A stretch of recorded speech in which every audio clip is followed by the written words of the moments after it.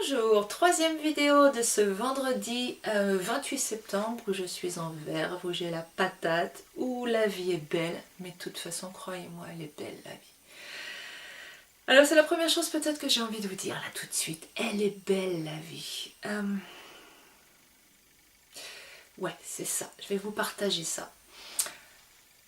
En fait, grâce à Eckhart Tolle, qui a mis des mots sur mon ressenti, qui m'inspire beaucoup, qui affine beaucoup de choses.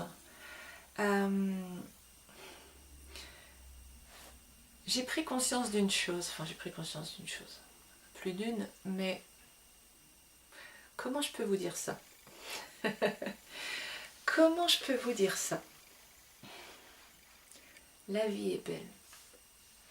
Ça paraît une évidence, mais non. Il y a des moments où je ne trouve plus que la vie est belle. Ces moments-là, c'est parce que je suis partie dans le mental avec le gueux et qu'il m'a fait descendre vibratoirement. Quand je descends vibratoirement, mes sensations deviennent négatives parce que je m'éloigne de la lumière que je reçois de ma source en permanence. Je ferme mes yeux et je ne reçois plus la lumière. Et la vie n'est plus belle, elle est sombre, forcément. Comment je fais pour retrouver la lumière?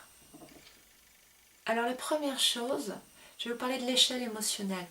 Ça, c'est pas Eckhart Tolle qui le dit, mais c'est bien utile. Ça, c'est Abraham avec Esther et Jerry Hicks. Abraham est une entité collective canalisée par la médium Esther Hicks.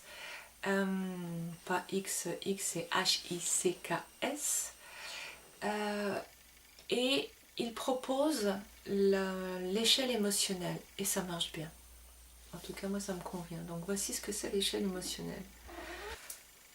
Quand on ne va pas très bien, c'est difficile, voire impossible, de passer de « je suis pas bien », c'est-à-dire « je suis sous l'emprise de mon négatif », à « j'ai accès à la lumière ».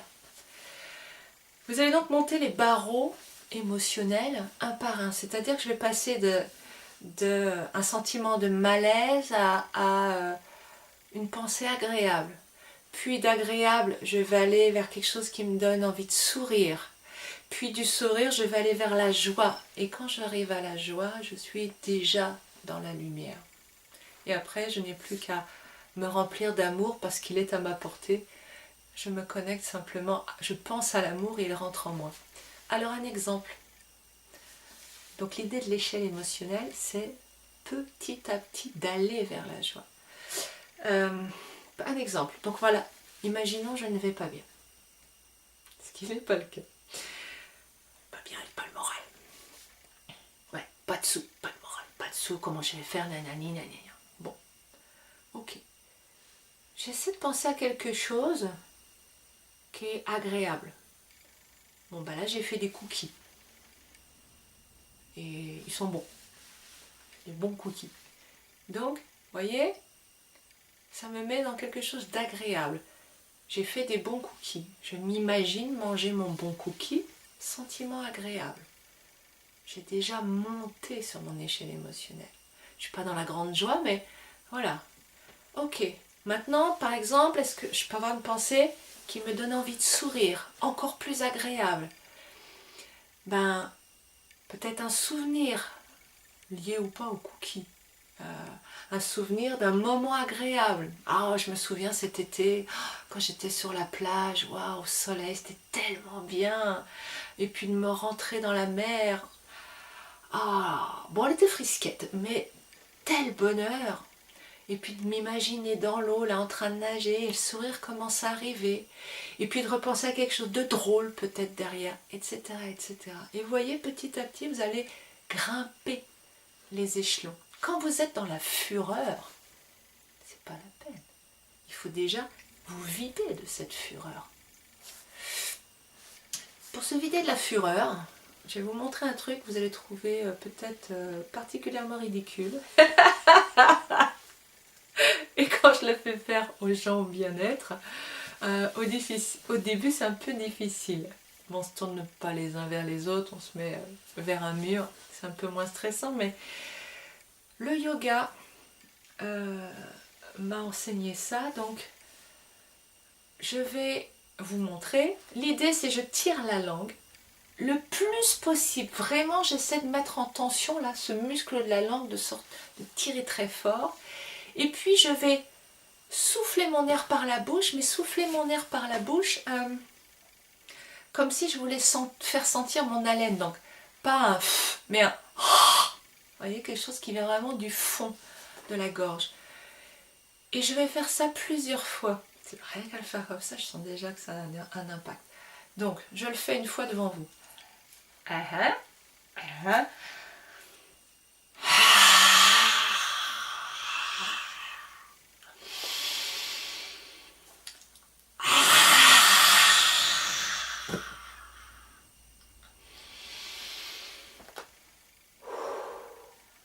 Deux fois, trois fois peut-être, peut-être pas, parce que la tête tourne vite. En plus, on prend une profonde inspiration par le nez.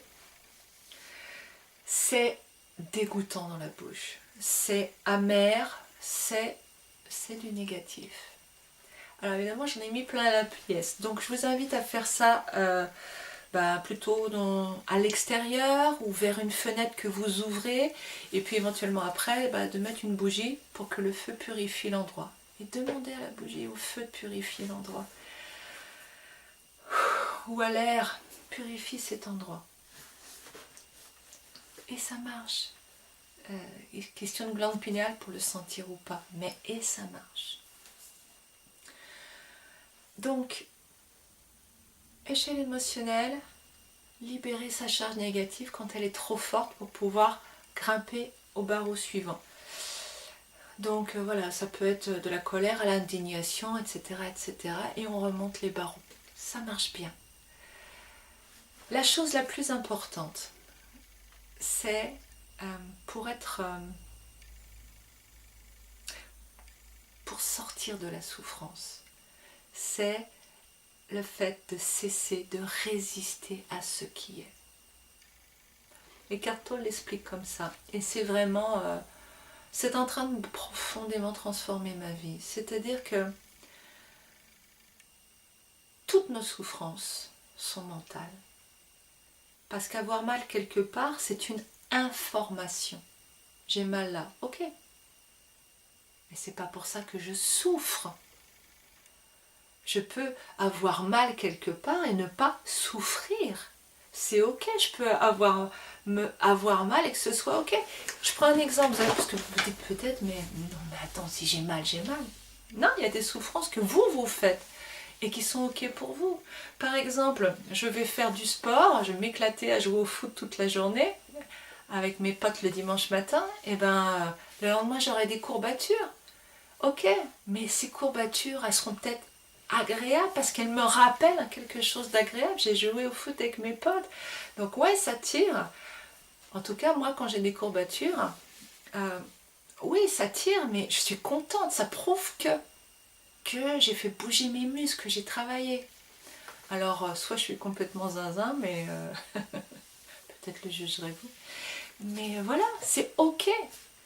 Donc ça c'est qu'un exemple, vous allez sûrement trouver plein d'autres en cherchant. Sauf que cette souffrance, cette information de s'attire, elle peut devenir un enfer mental comme un motif de joie. C'est juste l'angle de vue, si on revient à notre cube que je n'ai pas sous la main. Est-ce que j'ai un cube sous la main? Non, trop loin. C'est toujours cette idée qu'il y a quelque chose et je vais tourner autour pour voir l'angle de vue. Donc je me mets là, ça fait mal, je change d'angle de vue et il n'y a pas de problème avec l'information qui est toujours la même. La souffrance dans notre vie, je parle plus vite que d'habitude, c'est pour faire plus court. Ça donne un autre rythme. J'espère que c'est pas trop rapide. La souffrance de notre vie, elle est liée au fait de refuser ce que nous avons en face de nous. C'est-à-dire que je me mets devant le cube et au lieu d'aller voir du côté positif qui me procure un sentiment agréable, je vais rester devant ce cube du côté négatif et je vais vouloir que le cube change. Je vais vouloir que lui change. Et ça, vous le connaissez très bien parce que c'est tout à fait le genre de réaction qui est « ça devrait pas ». Alors ça, ce mot-là, devoir, il faut. Je prends un exemple. Je ne devrais pas manger autant. Mais la réalité, c'est que je mange autant. Mais quand je me mets dans « je devrais pas », je me mets, ça c'est « je mange tant de nourriture par jour ». Quand je me mets du côté négatif, ouais mais je devrais pas parce qu'il faut manger peu parce que... Et je voudrais que ça change. Mais ça, c'est un fait. C'est comme ça. C'est ce qui est présent en ce moment, pour moi. Et quand je me mets là, souffrance. Si je me mettais là, c'est-à-dire que je me mets là et je regarde les choses positivement, et ben, c'est comme ça. Et moi, je suis ok parce que si c'est comme ça, c'est que ça ne peut pas être autrement. C'est la réalité. Je vais faire une 4e vidéo sur la réalité et sur... je vais approfondir ce que je dis là. Donc, je vous dis à bientôt. Pour la suite, je vous souhaite en attendant un bon moment, une belle journée, une belle semaine. Je ne sais pas quand est-ce que je vais les poster. En tout cas, pensez à l'échelle émotionnelle. N'oubliez pas que votre bonheur est déterminé par vos pensées. Si vous voulez, si vous êtes obligé de penser, parce que vous n'êtes pas obligé de penser, pensez positif. Sinon, vous êtes chez le gueux et vous le nourrissez et vous devenez inconscient parce que c'est lui qui vit votre vie et pas vous. Sur ces belles paroles, à bientôt.